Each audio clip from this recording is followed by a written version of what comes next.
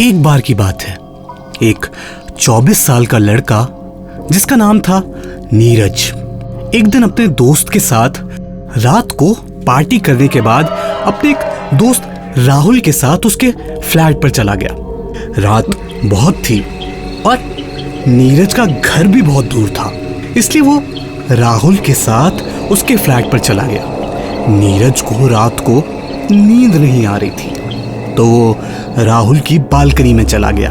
राहुल का flat building के top floor पर था। उबासियां लेता हुआ राहुल जब चारों तरफ नजर घुमा रहा था तो बगल वाले फ्लैट की बालकनी में एक लड़की खड़ी थी, अपने बालों को सुखा रही थी। नीरज ये देखकर चौंक गया कि भाई रात के 2 बजे कौन लड़की बाल सुखाने बालकनी में आती है। बिना कुछ सोचे समझे नीरज लड़की को देखकर मुस्कुराता है। लड़की भी उसे देखकर मुस्कुराने लगती है।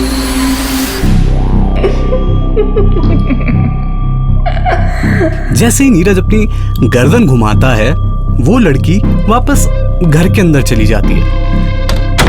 नीरज को वो लड़की पसंद आने लगी थी। सुबह जब राहुल उठता है तो नीरज खुश होकर कहता है, भाई मुझे एक लड़की पसंद आ गई है और घर वाले भी कहते रहते हैं कि भाई शादी कर ले, सब कुछ सही रहा तो मैं उससे शादी कर लूंगा। राहुल पूछता है, कौन है भाई? नीरज कहता है, तेरे बगल वाले फ्लैट में जो लड़की रहती है ना, वो मुझे बहुत अच्छी लगने लगी है, प्लीज मेरी बात करवा दे यार।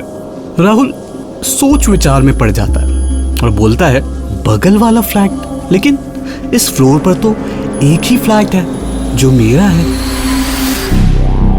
नीरज हंसते हुए कहता है, यार मजाक मत कर, कल बालकनी से वो लड़की तेरे भाई को देखकर स्माइल कर रही थी। राहुल थोड़ा चौंक जाता है। नीरज उसे खींचता हुआ बालकनी पर लेकर जाता है और देखता है कि बगल में तो सच में कोई फ्लैट नहीं है, सिर्फ एक खाली मैदान है। नीरज को समझ नहीं आता और वो कहता है कि मैं पूरी रात सोया भी नहीं तो मेरा सपना भी नहीं हो सकता। वो सोचता है कि वो उसका वहम हो सकता है। जिसके बाद नीरज राहुल से पूछता है, यार इतनी खाली जगह पड़ी है बगल में, कोई खरीद के बिल्डिंग क्यों नहीं खड़ी कर देता?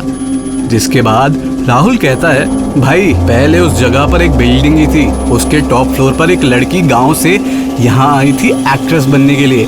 कहते हैं कि एक प्रोड्यूसर ने जबरदस्ती उसके फ्लैट में घुसकर उसका रेप कर डाला।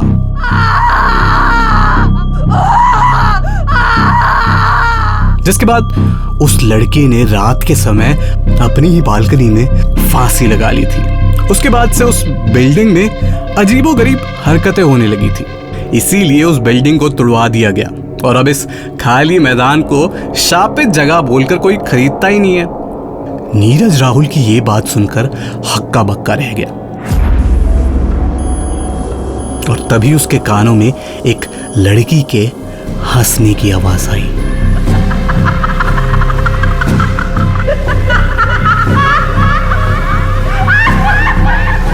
नीरज ने जल्दी अपना सामान लिया और राहुल के घर से भाग निकला।